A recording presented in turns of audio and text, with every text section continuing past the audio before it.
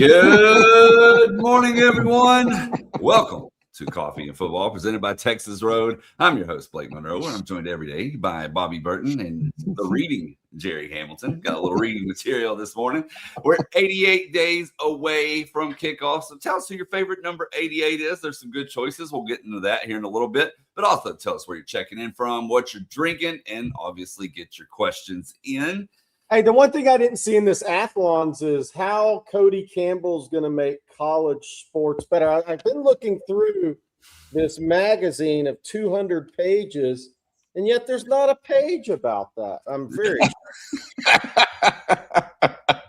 Oh, man. Oh, we can talk about that. I'm sure that will come up here in a little bit. Yeah, you think? Scenario. But first, guys, I thought we could talk a little baseball because we got some times announced here. This is for the opening weekend of the College World Series, which the Longhorns are a part of. And they'll kick it off with Troy versus West Virginia Friday at 1 o'clock. Ole Miss versus North Carolina will follow at 6 p.m. All these are Central Time, by the way. And then on Saturday, we have Oklahoma and Alabama beginning at 2 p.m., followed by Texas versus Georgia. That's going to be some must-see. 7 o'clock. And then the losers of those games will start on Sunday, and then the winners from the first two, and then followed by Texas playing again on Monday, whether that be in the winners or losers bracket. Obviously, hopefully the winners bracket. Got to beat the Bulldogs, though. Yep. That's going to be a big first game. Obviously, look, those are the two of the three favorites in this thing. I guess North Carolina, maybe Alabama in there, but That's good. Yeah, I mean, here's the reality of it. This field got set yesterday when Oklahoma and Alabama made it through. There's now 5 SEC teams of 8. The other one, Troy, is from the Deep South. West Virginia, Big 12, North Carolina, ACC. Not a single Big 10 team in the College World Series this year. Not that that's super surprising. They're not known as a baseball league, but the dominance of the SEC is kind of crazy. 5 of 8, guys. 5 of 8. I'm not even sure what to say about that. So Longhorns get after it on Saturday. You got to think Dylan Volantis is going to go on the mound. Blake, hopefully we get a chance to talk to Jim Schlossnagle as well here on Texas Football before the Horns take off for Omaha later in the week as well. Yeah, he'll actually be joining us tomorrow morning at 8:30. So we're going to do a little College World Series preview with him and talk about their upcoming matchup against Georgia. So excited about that tomorrow morning. Good stuff. All right, guys. Well, I tell you what, we're going to get into some football recruiting. It's going to be a very busy weekend for the baseball team and the football staff, Jerry. But first, I'm going to let Bobby tell us about Texas Road. I can do it. They are your full-service solution for major road projects in and around Austin.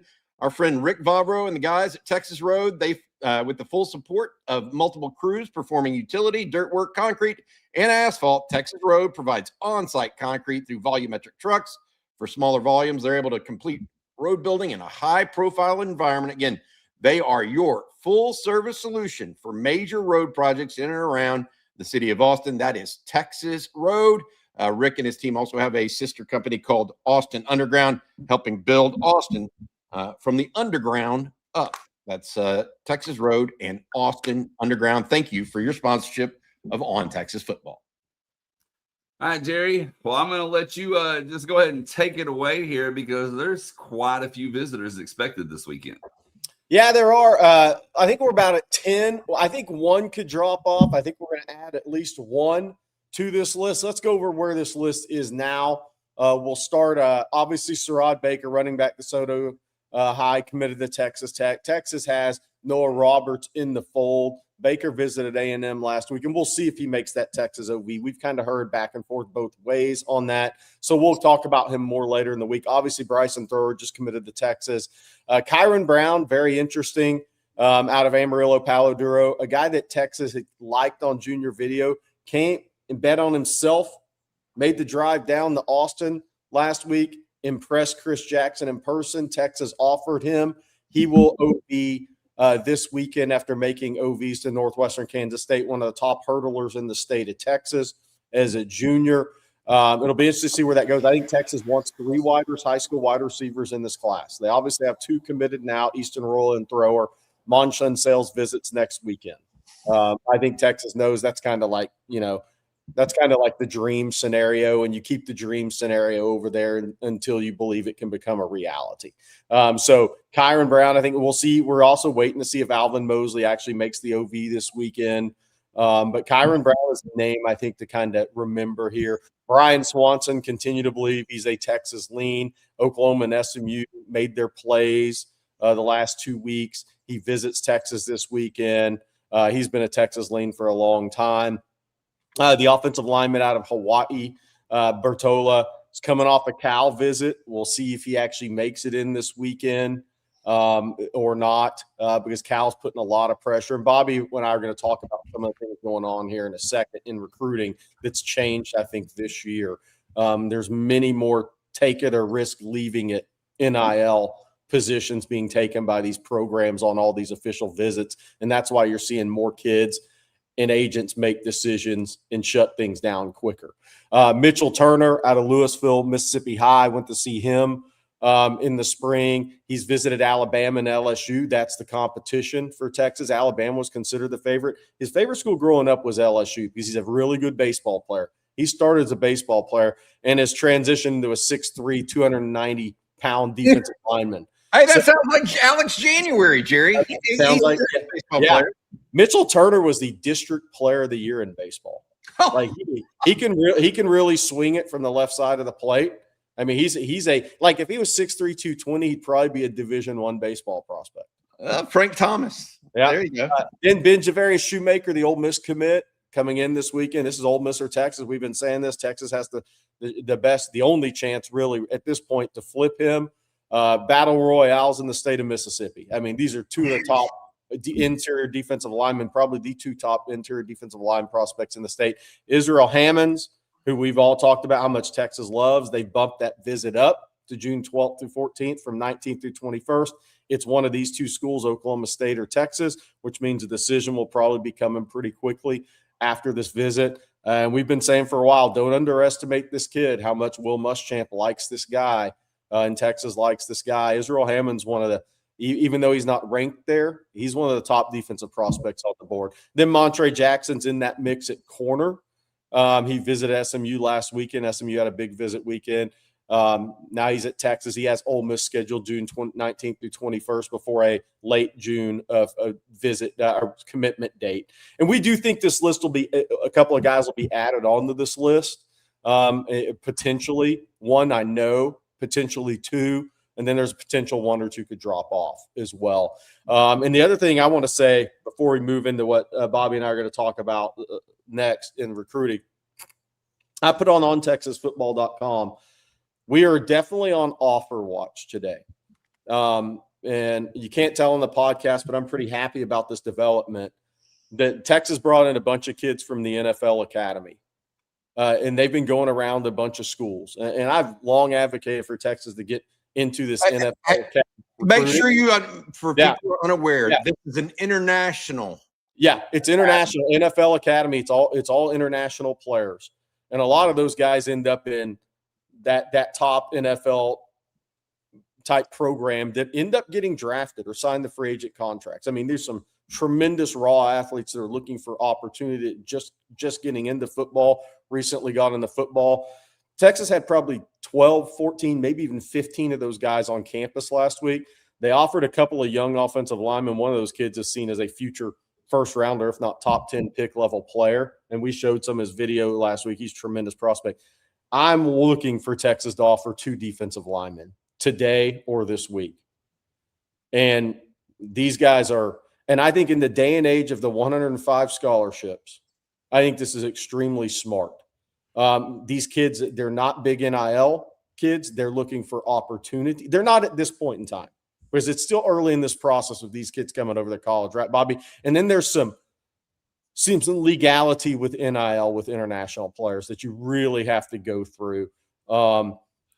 Pass their income, all those things you have to go through. There's a lot of hoops and hurdles you have to get through on that. But I'm really big on Texas going down this path because I think there's some tremendous raw athletes that are starting to come to the game of football internationally. And just look at the NFL. Some of these guys are developing into great players. If you have 105 scholarships, Bobby, why wouldn't you take a gamble on 2, 3, 4 of those kids every year and see who develops? So Texas has offered a couple of those kids at this point. Younger offensive line. And you're saying that there could be more on the For way sure. today. I expect it this week. A couple of defensive players, and probably going to be an overhang linebacker, edge type of guy, and a true defensive lineman. And we've had the guy on the show before that kind of shepherds this program and shepherds some of these kids, I believe, as well. So it's good stuff. Hey, Jerry, talking about that, I had some recruiting news from the weekend. I caught up with somebody internally, and Texas, you and I were talking yesterday about a good number would be 3 from the official visit weekend, given the quality of players that Texas brought in. I think that Texas might be a tad disappointed if it was just 3. Yeah, I got that sense from talking to someone. They're thinking 4 or 5. You know, they're not backing down. Yeah, we talked about 4 would be a great number from last weekend because these are all national recruitments. That would be a great number. You want to hit 3. If you hit 4, you feel tremendous about your weekend. My point on that to you, we were talking about it. My point is they feel very good about those numbers that you're putting out there. Mm-hmm. So we'll see what happens over the next week. The other thing that we tried to articulate yesterday, and I want to say again this morning, a lot of these guys are making decisions actually this week. They may not actually announce their commitments this week, however. And so what that means is we may find out that guys have actually chosen a school, but not announced it until they have, I don't know, their birthdays in the summer, or they want to do it on Father's Day, or, any number of reasons what they're doing. But that is going on behind the scenes right now. These guys, especially a lot of the guys that were in Austin this past weekend, they are down to the nitty gritty and trying to make a decision. So some of those guys we will know about as early as this week. Some of them we may not know for a month from now, but the decisions are happening within the moment. If that makes sense to everyone. Let's see. We had a couple of recruiting questions here. David Rawls wanted to know, are any of those leaning towards Texas when I had that graphic up here from the weekend visitors, Jerry? Anybody you feel good about? I mean, Swanson's been a Texas lean for a while, right? And now it gets down to the NIL. Is somebody just going to come over the top? That to this point, no, that has not happened. I think Oklahoma and SMU have been very competitive. I'll say that. But Texas gets him on campus this weekend. He's the one guy who's been a Texas lean for the longest on this list. I think, look, the Mississippi guys, you're battling Ole Miss for Ben Javarius Shoemaker. He's been committed to Ole Miss. So, obviously, you're going to have to do something pretty big on that one. Mitchell Turner, you kind of got to feel that one out this weekend. I think when you leave May or after you leave the spring evaluation period and you have those conversations, that in-school meeting with the kid, maybe an in-home visit with the parents, you have a pretty good feel. But then you got to say, okay, what's changed, if anything's changed during those OVs. And so I think this weekend is going to be huge in that regard. But I think of the question you answered of these guys, Brian Swanson's been a Texas lean for the longest. There you go. Do you like their shot? So you like their shot with Izzy Hammonds too, though, Jerry? I know that Oklahoma State has made him a priority and he's an in-state guy. Yeah. But if he wants to go play in the SEC, Texas appears to be the option. Oklahoma, we're 20 miles away, campus 20 miles away. We're going after other guys. Your thoughts on that? I think Izzy Hammonds is interesting because he obviously he snuck into Texas this spring and nobody really knew it for a visit. Texas felt they like him enough that Will Muschamp went up there and truly competed in recruiting as a DC, stayed at the school for like 4 hours in the spring in May. So on the one hand, in the old school, my old school days in this, Bobby, we'd be like, well, if he hadn't committed to Oklahoma State, he's been there. They've told him how much they wanted him. He officially visited in April. He's had plenty of chances to commit there. Why hasn't he? The old school of us would have said, ooh, Oklahoma State's in trouble. Yeah. In the NIL day and age, they could just say, okay, this is one of the 3 guys we go big on, and it forces Texas' hand, right? Obviously, that hasn't happened yet because his recruitment is in play, and he's coming to visit Texas this weekend, scheduled to. These guys all have to show up. I think this guy's a tremendous prospect, by the way. Yeah. I think there's some real intrigue in playing at Texas for Izzy Hammonds, and I think Will Muschamp's made a really strong case for him. And by him showing up in April for an unofficial visit, it's real. And now we'll see where it goes this week. I think Texas has a true fighting chance here. I do think if he was sold on Oklahoma State, he'd have already committed to Oklahoma State. I agree with that. Like completely sold. Yeah. So that gives Texas an opportunity. I just love the athleticism and size and length, quickness, and but there's at the same time you're sitting here, why hasn't Oklahoma gone on him? Yeah. That's the $1 million question, but got to trust Will Muschamp. He was up there to see him in person, right? And evaluated him in person and liked him. So he went through in January and then back in May. So 2 times. I mean, so and you got to think Johnny Nanson's been up there as well. Jerry, that one of the things I wrote about this morning too is Texas offered another linebacker. They had Jaden Nelson, the Texas Tech commit, in over the weekend. They also offered another linebacker out of Midlothian yesterday, 2027 guy, Jarrell Bridges, defensive player of the year in his district. Linebacker position, kind of interesting. I think Texas is taking lighter guys, and I'm going to try to say this the right way. Lighter guys that are willing to run and still play strong up the middle. Does that make sense to you? Like, they're not so concerned about getting the big-bodied guys at the outset. The guys like Anthony Hill was a big-bodied guy at the outset, right? 225 pounds coming out of high school. They're okay with going with guys 6'2", 195 that are willing to still pop. Yeah. One of the things I noticed from a Jaden Nelson, a Jarrell Bridges, Izzy Hammonds, those kind of guys right now. Jarrell Bridges is interesting to me, and we'll see where it goes. Oh, he's a Houston commit. I should mention that. Yeah, he's a Houston commit. He ran 10.84 as a sophomore and long jump 21.5.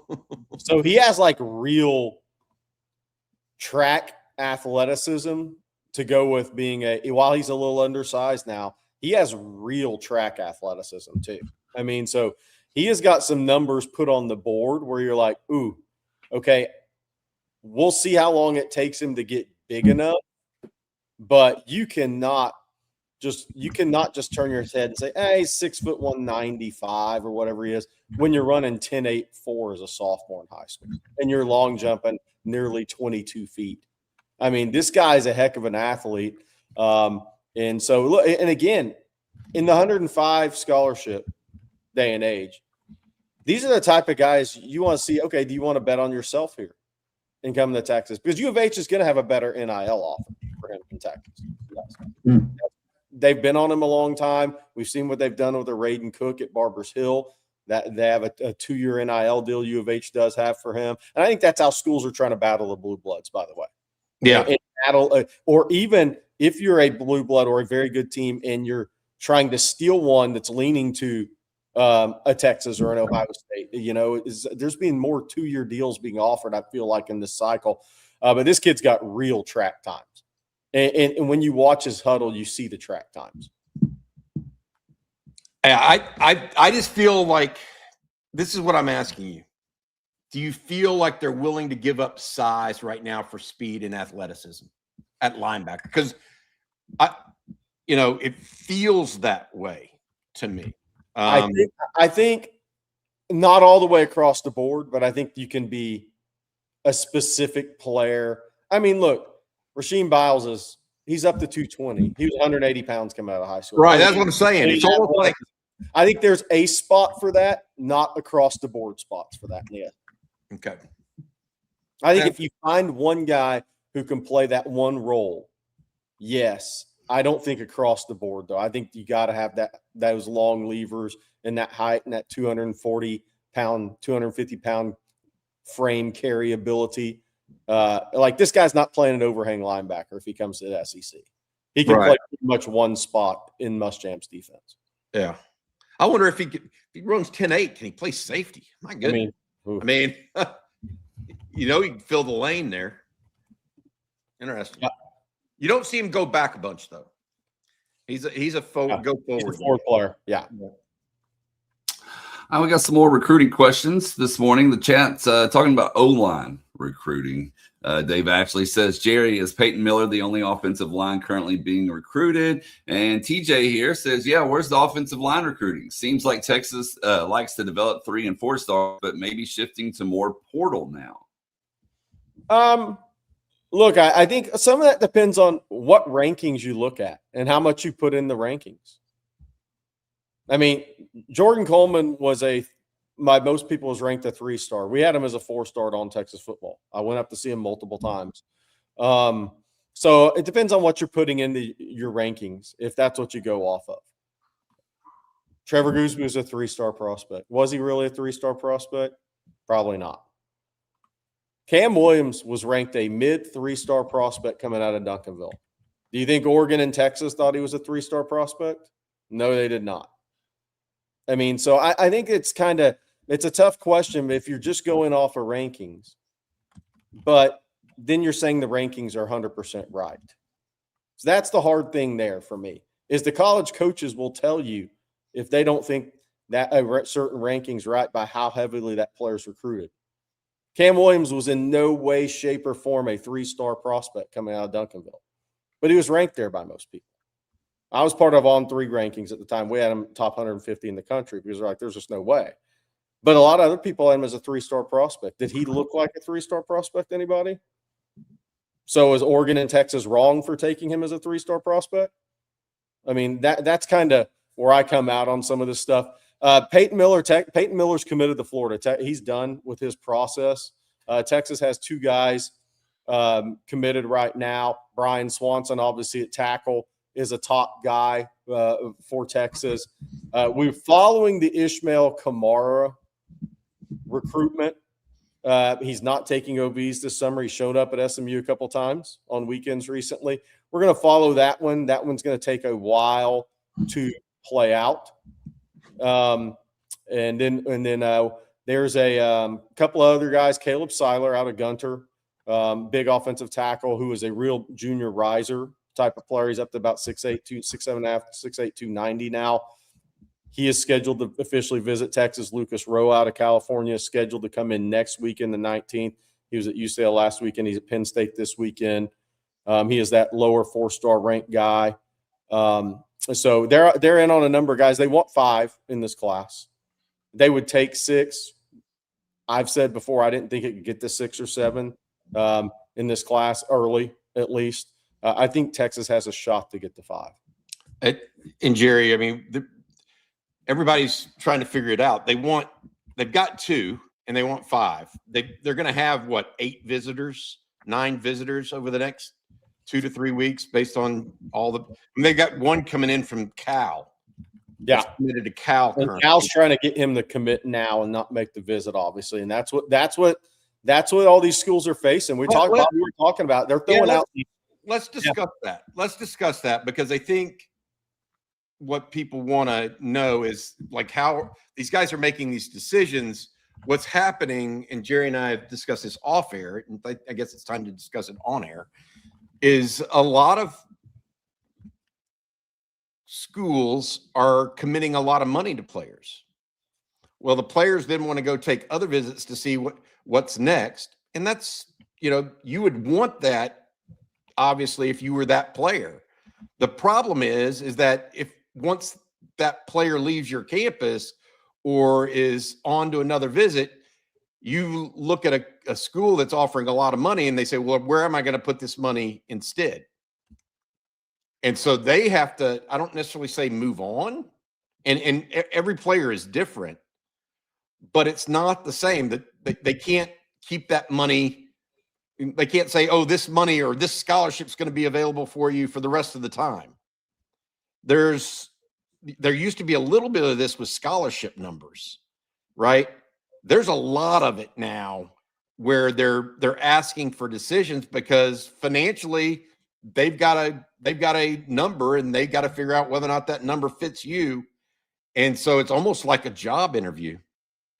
You know, do you want the job or not? Yep. I'll give you a week, 2 weeks to decide. 100%. You don't get 6 months. Yep. Because we got to fill this job. And we got to pay that we got. And so recruiting in the high school level in that way has fundamentally changed. Yep. And Jerry and I have seen a lot of that. Some of it is more forthright. Like if you're, some of them just say, look, if you've got it, if you want it, that's great. If not, we need to go to plan B or plan C, whatever whatever it is. Yeah. And so that is happening right now more than I can ever recall. And I'm not talking about just Texas, by the way. Yeah, it's everywhere. There's LSU. I mean, it's just A&M. I mean, it's the reason some guys are pulling the trigger sooner than they have in previous classes, I think. Yeah. Yeah. I think you aggressive early by these schools and say, look, it's not a forever deal. Like Bobby said, they may put a timeline to where this offer expires. And you have to make a decision. And look, I think, and we talked about it, different tiers in recruiting too, how one program sees a player versus how another program sees a player. And when you throw an NIL number out there and you put a timeline next to it, it definitely changes the game unless you have the ultimate leverage as a prospect. And there aren't many that have ultimate leverage. And we're learning that. There just aren't many that truly have ultimate leverage. So if you're not one of those few players, then you have to make it where the game's changed is people are putting your feet to the fire to make a decision, and your agent, feet to the fire of the agent to say, okay, this is the move. And that's really what's going on. And it's going on all around the country right now. I, for one, like it. Bobby, I don't know how you feel about it. I like it. I think it's because we've talked about there are very few prospects that truly have the leverage that everybody thinks they do.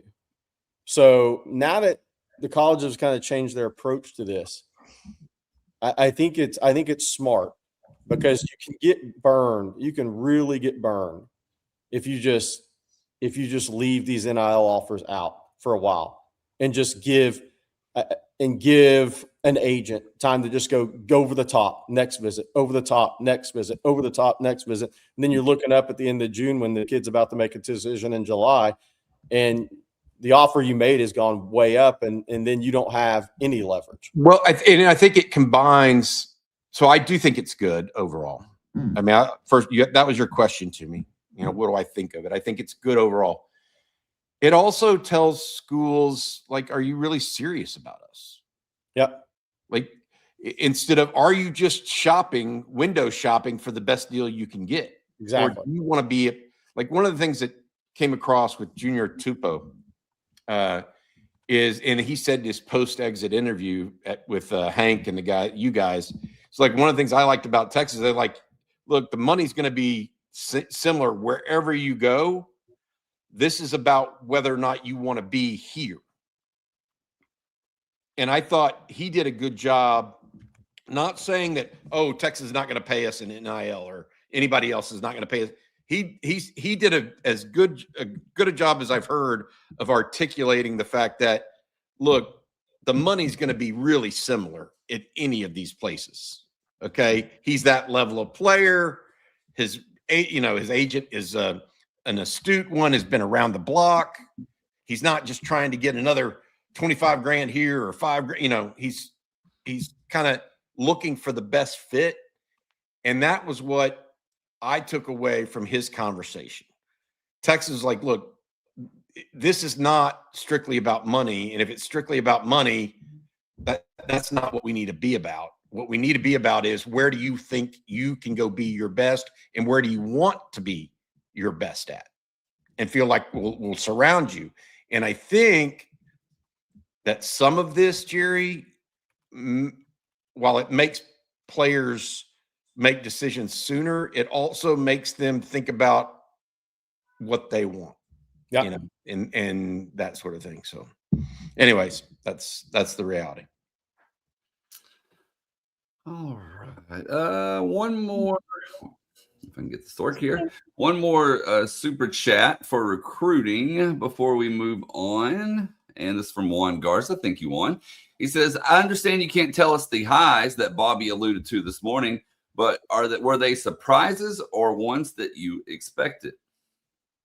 But Bobby, I think you need to clarify. You're not saying there's highs out there. You're saying guys may make decisions. Yeah, well, no, you said there's two highs out there. Yeah. but beyond that, Bobby was talking about guys may have decisions this week. Right. Yeah, there's two that certainly are in that category for that, Jerry. And I think, you know, maybe one was expected and one was hoped for, I guess is that a good way to put those two that we're talking about, Jerry? And then as far as what I'm talking about is it coincides with what we were just talking about. Like, guys have to make decisions now. They're not just going to go on visit after visit after visit. They can, but that may mean that's the school for them. Yeah. You know, and so that's all well and good. I just feel like Texas and other schools are waiting for some decisions. And if those decisions don't come, they may just go on to somebody else as opposed to waiting on folks to make decisions. So I get it. Okay, let's see. We got more super chats that we need to get into, but first, Oh, Jerry, no. I'm taking this one first, and we can do an ad read in a second. Texas JB Horseshoe, Texas Tech alumni here that donates. I understand that everyone is upset, but it should be with Cincy, Indiana, the NCAA. Texas Tech is just the one that was past this problem. Everyone passing the buck. So Cincy in Indiana, I think we're unaware of this to a level that he apparently did it. He just admitted to betting on his own team a couple months ago. So Texas Tech was past the problem. Like, Sorsby was betting beforehand. But the reality of it is once the full magnitude of it was scoped out, he was in a Texas Tech uniform on a Texas Tech campus. And what Texas Tech decided to do with that information is try to get him eligible. So it's not the same. Had IU and Cincinnati known the magnitude of this, I would hope Cincinnati and IU would have reacted differently than Texas Tech. So there's no passing the buck. By the way, he was still betting at Texas Tech. Using friends and family. Yeah. Per the reports. Allegedly, per the reports. No, I think he admitted to it. Yeah. Didn't he? I mean, he admitted to something that was just, but JB, look, I know there are good Texas Tech people out there at all this. I mean, believe me, I'm married to one. She graduated law school from there.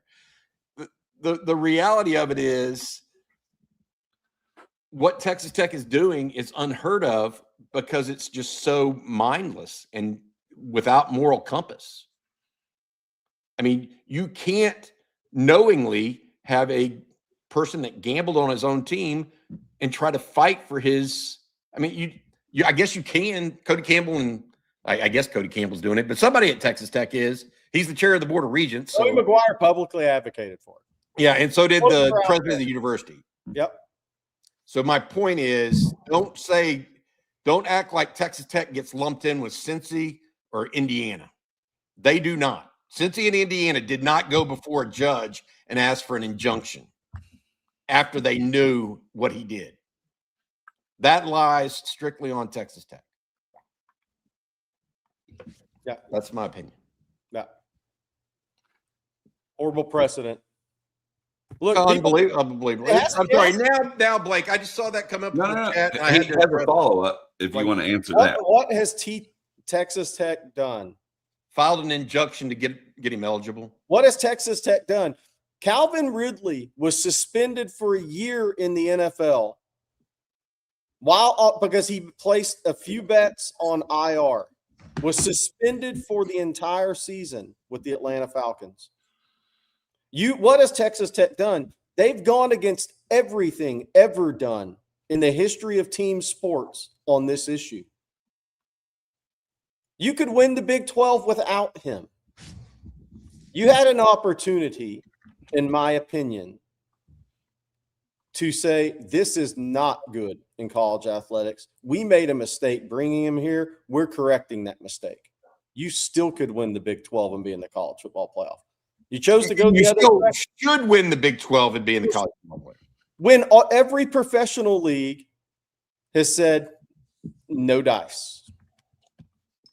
I think the one thing that has happened because of this, JB Horseshoe, is now you have a united front against Texas Tech. Now you were just pissing in Texas's Cheerios in many ways. Now you've got the Kansas State AD literally cussing 2 consecutive words. Like on the record, use the F word and then the BS word in a national article. You have the Nebraska AD saying we need to talk about not ever playing Texas Tech in any sport. You have the Big Ten saying they're going to talk about not scheduling Texas Tech, and that could hurt Joey McGuire and his hope to actually have a home with USC, by the way, who's now in the Big Ten. Yeah. He was saying, we're going to announce a big non-conference matchup. Who's going to want to play them? Abilene Christian? Arkansas Pine Bluff, as someone mentioned? I mean, if you have the Georgia AD has already said to all of his staff, do not schedule Texas Tech, period. Sent it out yesterday. So what has Texas Tech done? It's become the pariah of college sports. And all under the guise of save college sports or protect college. Give me a break. He wrote an op-ed for the USA Today, and I couldn't quit laughing. I mean, I'm sorry. I mean, JV Horseshoe, I mean, like, I'm not picking on you at all, but you asked a question. In the history of your life, if you played team sports, did a coach ever tell you it was okay to bet on a team you're a part of, whether you're playing or not? Is it not the biggest no-no in team sports? If you asked every coach in America, what's the biggest no-no at any level in team sports, what would they tell you? Yet you have a coach that's the first one to advocate for a player. Unbelievable. Ever. Todd Monken came out in an article in the NFL Coach and said, I don't know if we want to go down this path with this guy. He has not been brought up. Look, have you ever, if you had a kid who was playing team sports, would you be okay if he was betting on a team he was playing on, even if he was the 40th man sitting on the sidelines? And if you say you're okay with that, fine. But have you ever heard a coach say it's okay? I've grown up in this and I've never heard it. I've worked in it 20 plus years, never heard it. I've talked to multiple coaches on the phone. None of them support it. I've never heard it. So that's what Texas Tech has done wrong. I love what one Big 12 coach said. He said that what we should do here is I should take all of my team to Vegas for NIL purposes. And one game a year, we should just all bet the house in Vegas on what we're going to do. And then I'll solve my NIL problem. That's how backwards this is. And JB, absolving yourself of a wrong is, Two wrongs don't make a right. You're trying to say, well, this guy did this and this. No, two wrongs don't make a right. You did something wrong, and you're the one that crossed the red line. So there we go. Well, you know what, guys? Now's the perfect time to tell everyone about our sponsor today, Prize Picks. And we're about to be in the dog days of summer. Everything's rolling. Basketball playoffs are red hot. Baseball's in full swing. There's a lot of sports action going on. But Prize Picks adds more fun to your favorite sports. Now every possession matters. Every at-bat matters. You're locked in from start to finish. You're not just watching anymore. You got a little juice in it. And the best part is it's easy. You just pick more or less on player stats. You build your lineup. You submit it. You're good to go. It takes maybe a minute. And you can go across any sport as well. Basketball, baseball, hockey, golf, MMA, esports, if that's your thing. Whatever's on, it fits. And today, fellas, I'm going to put our picks up for today. We're going a little baseball action. We got Paul Skeens with more than 6.5 strikeouts. Skeens, of course, always solid on the bump, and he's averaging 7.2 his last 5 games. And we're also taking Max Meyer to have more than 5.5 strikeouts, as he had less than 6, or he hasn't had less than 6 in an outing going all the way back to the 1st of May. We're trusting our gut, and that's exactly what you do with Prize Picks. You lock it in, make your picks. Every single moment now means something. And don't forget, it's available in all 50 states. So download the app, use code HMA, play $5. They're going to give you $50 in lineups instantly. Again, that is code HMA on Prize Picks. 5 get you 50. It's as simple as that. And as always, play smart, play responsibly, play Prize Picks. And Jerry, I'm going to let you tell everyone this morning about Vaughn Lane. Absolutely. The smartest way to get to the game. All right, Longhorn fans in the Woodlands and North Houston, listen up. Vaughn Lane just launched a new route between Austin and the Woodlands, and you can book trips right now through October. That means football season is covered. No more white knuckling it down 290. No more fighting for parking. You ride in a first-class leather seat, connect to Starlink Wi-Fi, grab a cold drink, and show up to the game ready to go. But it's not just for game days. The route is perfect for business travelers heading to Austin for meetings, state government work, and or the UT campus. And for folks in Austin, it's a straight shot to the Woodlands for concerts, family visits, or business in the area without dealing with Houston traffic. And here's what you're not paying for on Vaughn Lane: bag fees, seat assignments, or any of the nickel and dime nonsense that airlines have cooked up. Everything is included: Wi-Fi, snacks, beverages, hot towel service, and complimentary meals on select departures. You boarded a private hotel terminal with no TSA and no lines. Vaughn Lane connects Austin, Dallas, Houston, San Antonio, Fort Worth, Plano, the Woodlands, Nashville, Memphis, and Atlanta. Book at vaughnlane.com and enter code OTF26 at checkout for $20 off your first ride. Vaughn Lane, it's a private jet on wheels. I need to bring up a comment here because Tech fans are hilarious. Joey isn't saying it's okay, you dip, whatever. Well, let me ask you this. If going in front of a mic and saying this guy should be eligible to play, what else is that? It is. I mean, he's what else is? Tech fans on social media are hilarious through all this. They have rationalized this to the point that they would all be okay betting on a team they're on. It's amazing to me that a fan base has rationalized this to that point. Sad, but it's hilarious at the same time. I love it. I think it just shows true colors. That's what I think. Yeah, I'm telling you, Texas Tech fans are apparently infiltrating the chat right now. This is kind of fun. Hey, Texas Tech, Doug, anywhere else? I'm telling you, before, I think with the whole, play us, you're scared. I think that they had some of the national media on their side in that debate, even though some of the national media were uninformed about how things like that even work. This is a cry that is the exact opposite of that.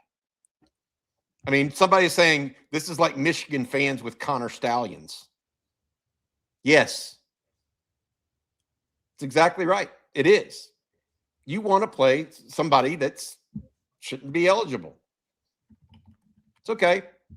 Grin and bear it. Have the asterisk around your name. Have everybody in college football look at you as the pariah that you are, in my opinion, right now. that's where you're at. I mean, wear it proud. Yeah. Say it loud. Yeah, don't get mad at me. I mean, y'all are wearing it. That's right. I mean, look, don't get mad at me for having an opinion. Y'all wearing it. Proudly, by the way, proudly. It's almost like an entire fan base would be okay betting on a team if they were part of it. Wow. That's impressive. Here's the thing with stuff like this. I guarantee you, there's what people don't realize, and I was talking to a national reporter about this morning. I think that Texas Tech really did a nice job early in this process of jumping on the portal and doing some things to really upset the apple cart, so to speak, in college sports. They were the NIL, face in some ways. Okay. Really nice job. Cody Campbell, I think, spearheaded that. Cody Campbell now is out over his skis, in my opinion. He went and thinking he did one thing right. The next thing he's going to do is right and more right and more right. And he's going to keep doubling down. I think he's probably wrong. I think that he probably should have stayed in his lane a little bit. And instead, he went out into traffic. And now he's getting rolled over by folks in the national media because he went one step too far. You broke the cardinal rule of sports. You don't bet if you're a player on a team. I mean, is there gonna be Pete Rose Way in Lubbock? Is that the next thing we're gonna have? And by the way, I want to say this. A lot of people think it's a Texas versus Texas Tech thing. It's absolutely not, at least for me. It's about a player that admitted to betting on a team he was part of, okay, which is the biggest no-no in sports. I just went over the Calvin Ridley thing. He was suspended a year. 2 games, a joke. It's a joke. You should not be playing this year. And if that means you go to the NFL supplemental draft, oh, well, that's not a bad landing spot if somebody picks you. There's a lot worse places that it could have happened, and lots of worse things that could have happened after that. But there's a precedent for this in all sports. And there's a precedent with coaches, by the way.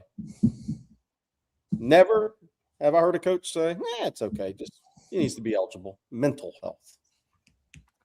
9,000 bets, having friends and family members bet for you.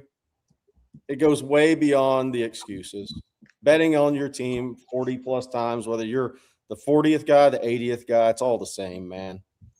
You think these guys don't get the speech when 3 colleges you get the speech at about this? Come on, man. Come on, Tech fans. Just be real. Say you're okay with it. Move on. It's not about Texas or Texas Tech. It's about the one no in sports. And you know what? And people say, well, if it was Texas player doing it, I'd feel the same way, man. Wouldn't change. My dad was a coach. It's just something I live by. So let me ask you this, Jerry. Let's take this in a separate way. If I'm Hunter Deckers, I'm suing the NCAA. That's 100%.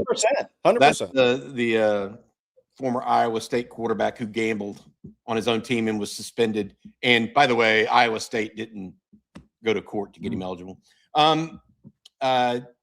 Here's my question for y'all. Okay. What should because the NCAA is now rendered completely they've been cut off at the knees because of the injunction. They can't do anything against Sorsby or Texas Tech as it relates to Sorsby. So no taking them out of championship competition, no taking games away from them by the NCAA. It doesn't take the Big 12 or other membership schools much, though. It doesn't preclude them from doing things. So what should the Big 12 do in response? What is too much? What's the right amount? If you're going to openly flaunt the rules, is a expulsion from the Big 12 on the table? I mean, is it, if you're going to go to court to get players out, is an expulsion from the Big 12 on the table? Not just giving up football. Yeah, I mean, look, that's hard for me to comment on, Bobby, because I don't know the contracts with the schools. Oh, it's totally. I mean, you look 15-1. You can kick people out of the league apparently. Yeah, for conduct detrimental to the league. Well, if they all voted on it, I would say it's justified. If that's the way it went, I said yesterday on the show, again, I'm the farthest thing from an attorney. I'm not intelligent enough to be an attorney. Wouldn't have studied that much. But if I'm Colorado, Cincinnati, or Oklahoma State, I go file an injunction in my state that Brennan Sorsby cannot play in my state in 2026. If I am, I would also then go file injunctions in the states where any college football playoff game is. Texas, you can't do it, but everywhere else, and file an injunction that Brennan Sorsby cannot play in these states in 2026 or 2027. If I'm able to, that's where I go first. If I'm Cincinnati, I'm there. I'm going to file an injunction this week against Brennan Sorsby playing in the state of Ohio. And I think that'd be backed by Ohio State because they're in the Big Ten. I would do the same in Colorado. I'd do the same in Oklahoma, state of Oklahoma. And then I would go to the states that the college football playoff is at and do the same thing. In 20 for it has to be for 26. I don't think that's enough.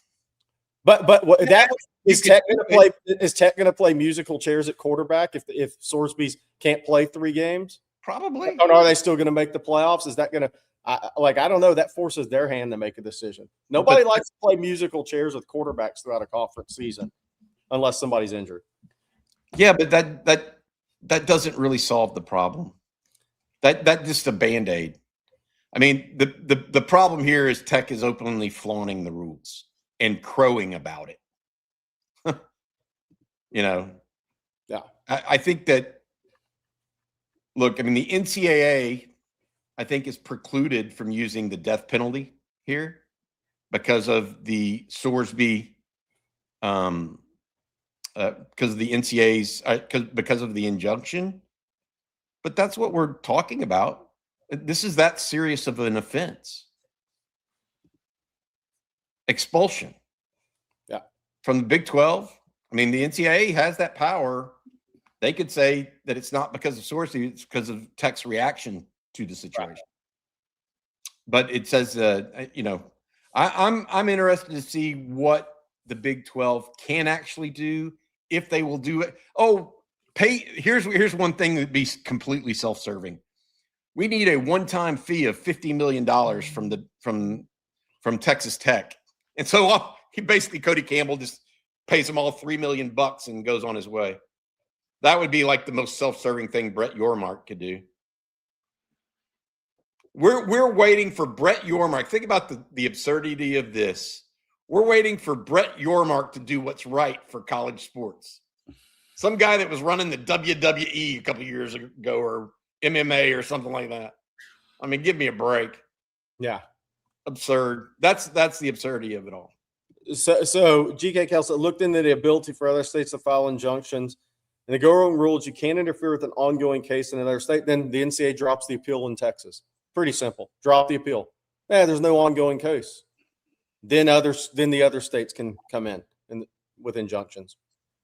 To me, I might be wrong, but that's what that tells me. Hey, I'm not an attorney.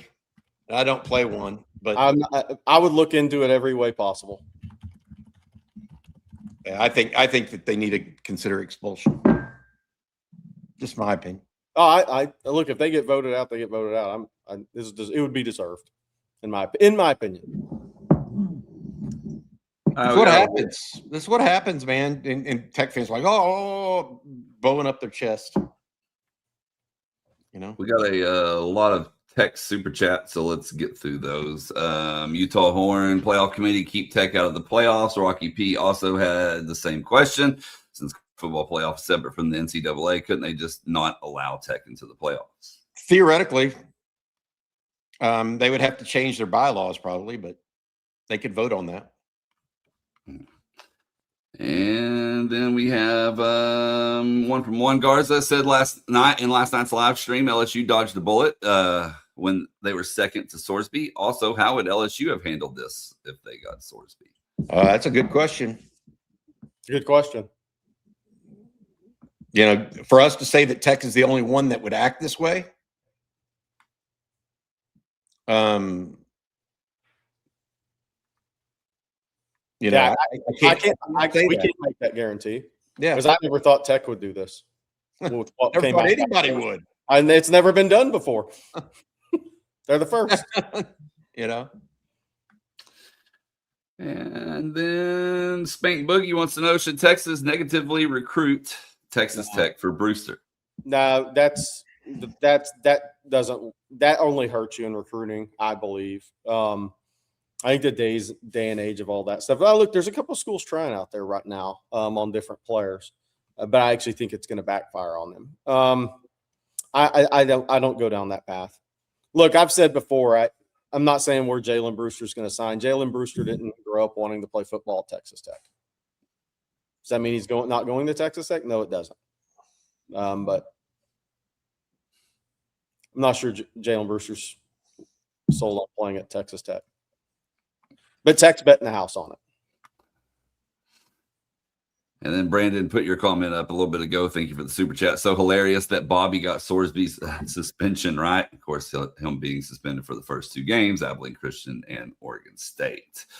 Carson says, shouldn't the big sports books be the loudest voices against Sorsby play because it could kill their business? Are you surprised they haven't said anything? That's how they got tipped off. The sports books told local law enforcement. That Sorsby didn't turn himself in. Yep. The sports books did. That's the. I mean, look, this is yeah, they should be the loudest. And I don't see how you can look someone in the eye right now. You know, we advertise for Prize Picks on here. I mean, we do. It's legal.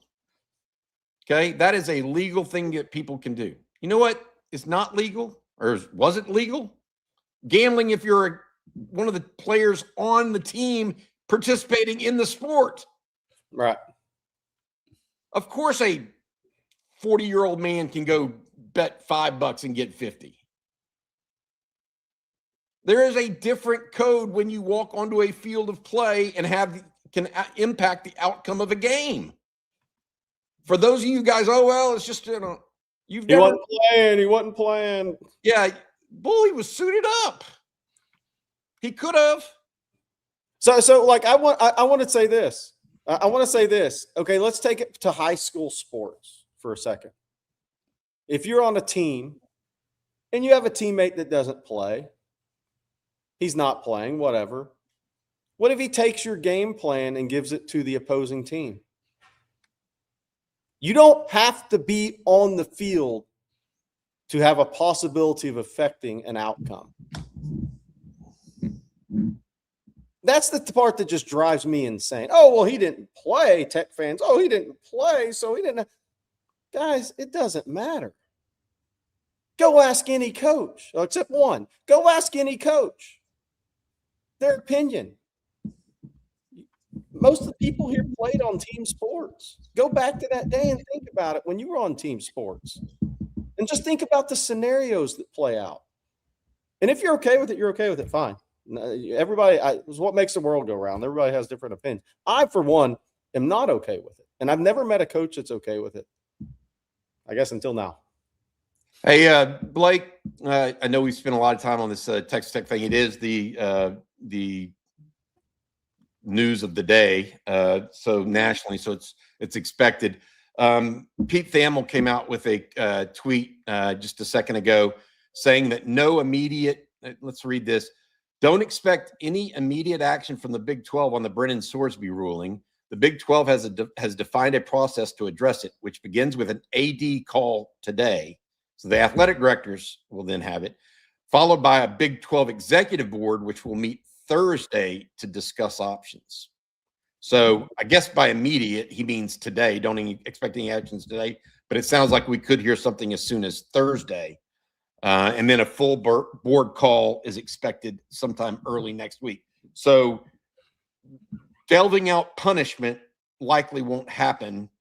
If delving out punishment, if any punishment is to happen, won't come until next week. So there you go. All right, a couple more here, and then we'll move on. This one from Drew. Tech had a moral compass and cut Sorsby for violations he committed. Does that free up the few million in his contract? I don't know his contract. Yeah. I don't know his contract, Drew. Sorry. And Juan Garza, imagine if he throws an interception, he and the coaching staff will be asked, did he throw a game? Agree. That's why it's simple as that. Was that fumble really a fumble? Did you just miss that receiver? Was that an overthrow on purpose? Man, it was 3rd and 3. That was an easy throw, bud. How did you miss that? Arch Manning last year hits Ryan Wingo in the feet on that crosser against Ohio State. If that were Brennan Sorsby, what's the thought on that? That was a bad throw by Arch. Everybody here knows it, right? I mean, he knows it. Yeah. But if that happened, if Brennan Sorsby did that in a down 7 against Ohio State in Columbus, game on the line, what are you thinking? What's your first thought? Oh. And by the way, all the Tech fans advocating for him now will be having the same thoughts if scenario plays out during the season, as will be the guys with headsets on, probably. I mean, seriously, that's what you can't trust. And players on the team.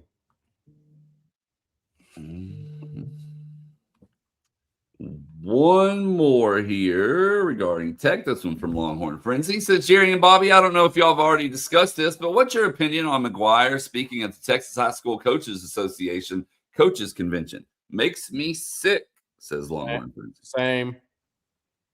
I'll leave it at that. Same. Yeah, I mean, look, I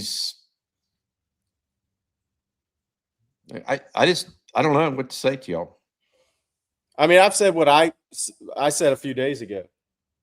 My personal opinion, and it's one opinion. I think he should, for coming out and advocating for a player to be eligible that bet on games he was a part of, whether he was the quarterback or the 50th man or 70th man. My personal opinion, I think he should be removed from the Texas Sports Hall of Fame. That's my opinion. Doesn't mean it's going to happen. That's my opinion. That's not that's no coach agrees with that. I've talked to agrees with that. What was done at all. All right. Let's get back to some text. Oh, well, one other thing. This one, not Texas Tech related, but Lock and Horn says, good morning, OTF. Do you believe the current proposed bill has enough teeth to prevent an SEC and Big Ten secession? Yes, but I don't think that bill is going to get passed. I mean, look, now that Cody Campbell's been exposed as I'll do anything to win my way, and he has been the guy that clearly was behind all of this with Ted Cruz, and I think Ted Cruz is, somebody said publicly that he definitely had his fingerprints on it. How they said that, I can't remember, but I think that the idea of getting this bill passed in Congress is just absurd. There's too many things going on right now to think that people are going to be able to come to an agreement over this. I don't think that's going to happen. Singling out the SEC and Big Ten because they make the most money was ridiculous on its face to start with. All right, and Texas Blake going back to Tech for a second. This is why looking after the player makes no sense. This ruling made his life way more difficult. Everyone hates Sorsby now. It makes no sense. There's a number of reasons, though. Texas Blake is just one of what you're saying is just one of many. He's now the face of this. But hey, man, look, he brought the appeal. So whether he or his agent or his advisors suggested that, or Texas Tech suggested, I'm not sure, but he bought into it. And he's an adult. He's an adult who should be culpable for his actions, but apparently not in West Texas if you can get the right judge. All right, switching gears here. Slick Rick. Another gear. Slick Rick wants to know, Bobby, what's the status of an On Texas Football phone app? Do not have a status for you right now. It is something that we've looked into in the past and have not pursued yet. So sorry about that, Rick. Please, though, check us out online. And if you do go online, you can actually create a RSS feed out of the site itself, as long as you have a subscription to the site. All right, Sarah, I would love to know that answer on the record too. I think everybody should have to declare. That's part of Texas Tech. Played football at Tech in the pros. I think they all should have to declare. Basketball, all of them. I think we're at that point now. Declare. And we got a few more super chats, but before we get to those, Bobby, I'm gonna let you tell everyone one more time about Texas Road. Absolutely. Our friend Rick Vavro and the guys over at Texas Road, they are your full service solution to major road projects in and around the city of Austin. With the full support of multiple crews performing utility, dirt work, concrete, and asphalt, Texas Road provides on-site concrete through volumetric trucks. For smaller volumes, they're able to complete road building in a high-profile environment. Once again, that's Texas Road, your full-service solution for major road projects in and around the Austin area. Thank you, Bobby. And thank you to our next super chat that comes from Rocky P. Jerry, who is the JT Garachi teammate he mentioned that he's trying to recruit? Oh, yeah. That's a linebacker from Don Bosco Prep, Allen, who visited Texas A&M last weekend, scheduled to be at Texas the 19th through 21st. Myself, Jordan Scruggs, Hank South, we all tend to believe that it's a Texas A&M battle right now, but we don't want at the same time to count out others. But there's a scenario for sure where Allen, the linebacker, he's a thumper linebacker, inside backer. It was him and Joakim Gouda were the two A-gap, B-gap thumper type linebackers Texas was recruiting. There's a scenario where that kid ends up at either Texas or Texas A&M. Here's a yes. I want to say this as it relates to players recruiting other players. I'm told Jonah Williams did a great job with Junior Tupou this weekend. The Longhorn safety Tupou out of Alabaster, Alabama. We talked about him a little bit earlier. I think that was a big piece of this recruitment at this point.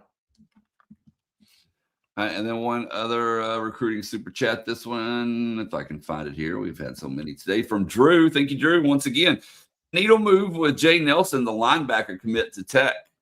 Yeah, I think, look, we've said before on the show and on TexasFootball.com and some of our writings that he's open to playing elsewhere. Does that mean he will? It doesn't. But I think the big thing there is one of the things that Bobby talked about earlier. Does Nelson – he's scheduled to be at Texas Tech this weekend. If he makes that visit, Texas odds go way down. Yes. Period. I think a lot of teams – yeah. Well, I think Nelson is Texas or Texas Tech, right? He's still scheduled to visit Michigan on 19th through 21st. I'd be surprised if that was a pick for him. But I think when we talk about the Texas coming off the OV, if he still OVs to Tech this weekend, Bobby, I think we both agree that the odds for Texas go way down. And he is scheduled to be there this weekend. let's see. I think we've nearly got all the super chats. Oh, we got a baseball one from Juan Garza. Thank you, Juan. Okay, Blake, do we have a chance against Georgia? So I got to admit, I was a little nervous about Georgia last week when I first started looking at them. And I'm going to put this graphic up in case those that missed it. We talked about this to open the show. But I'm not as nervous. The ballpark that they play in is a lot smaller. Obviously, the field in Omaha is much, much bigger. So I don't think we're going to see all those home runs like you see there in Athens. Texas bullpen obviously can give you some cause for concern occasionally. So there is that factor. But no, I think that you come out with Volantis, and if he has a good game, then Texas is definitely right in that thing. I mean, don't get me wrong, Georgia has some great offensive firepower, but to me, I think their pitching was a little exposed against Mississippi State this past weekend. So I'm not as worried about them as I was last week. I feel pretty good about Texas' chances, but that's no slight to Georgia. I mean, they are a very, very good team. But I think if there's a school that can take them down, it's definitely Texas. So we'll see what happens. That's Saturday at 7:00 there for the opening weekend at the College World Series.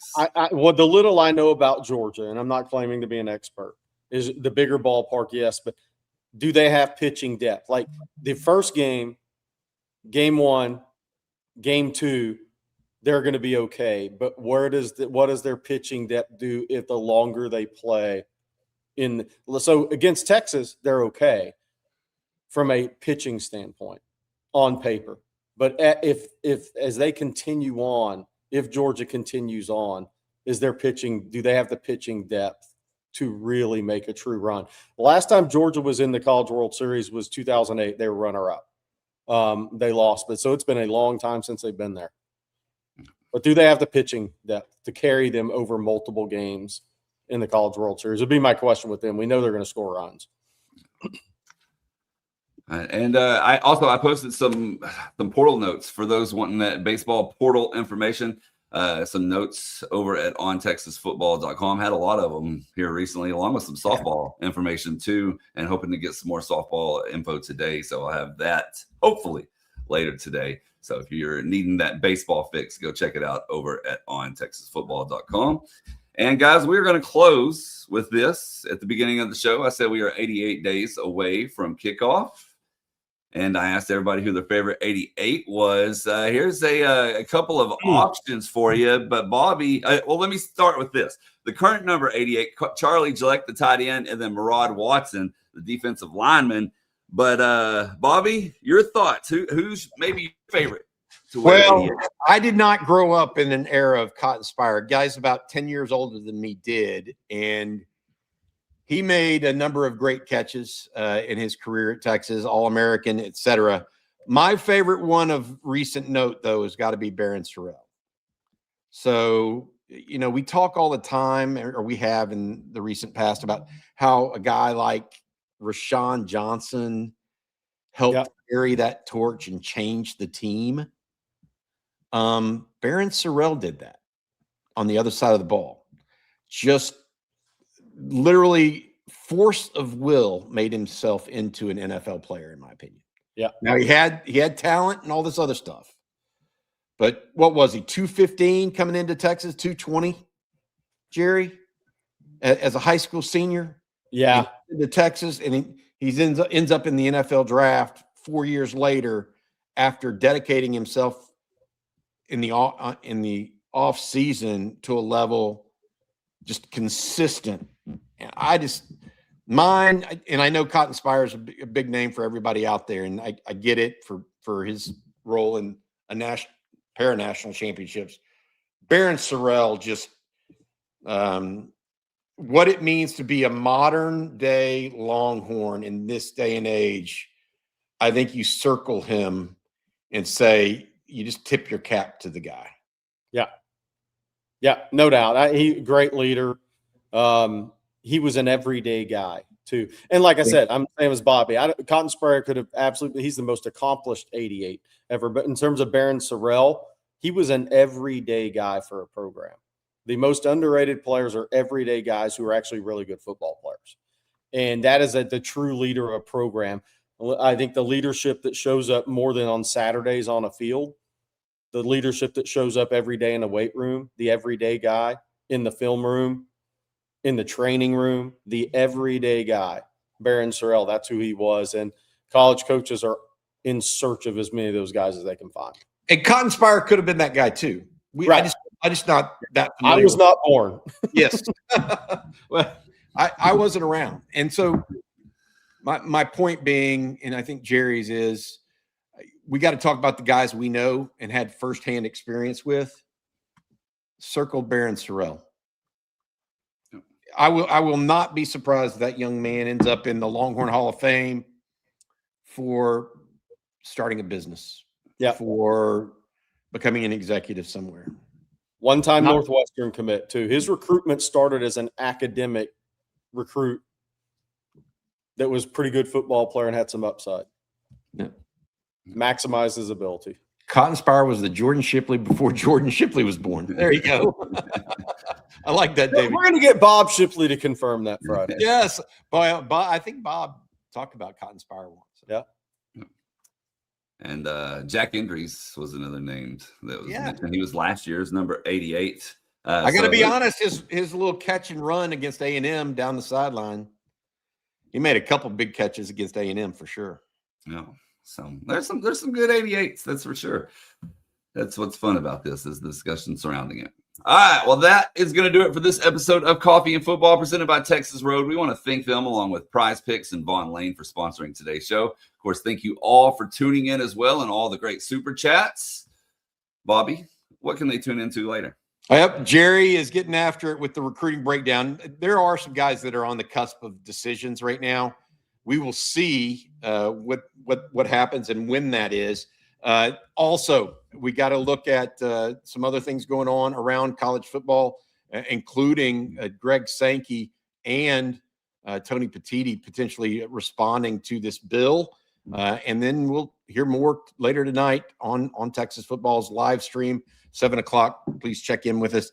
If there is any news the rest of this day, please check out on TexasFootball.com. Right now, we got a special $3 for 3 months. That's $3 for 3 months.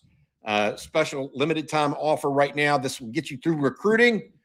Give us a chance over at on TexasFootball.com. Join the conversation. Yesterday was spirited, I would say, and so has been the chat the last few days here at On Texas Football. Get your magazines. They're out. I know. I've been looking. I haven't had the luck that you've had, but they're out. Soon. This one was in Austin this weekend on Saturday of official visit weekend. I got this. Still haven't found in this where Cody Campbell's going to make college sports better, that article in here. I guess they left that out. They ran out of room, right? Well, we hope you all have a great day today. We'll be back same time, same place tomorrow. So for Bobby Burton and Jerry Hamilton, I'm Blake Monroe, and we'll see you then. And don't forget, Coach Sloss tomorrow, 8:30 a.m. Bye.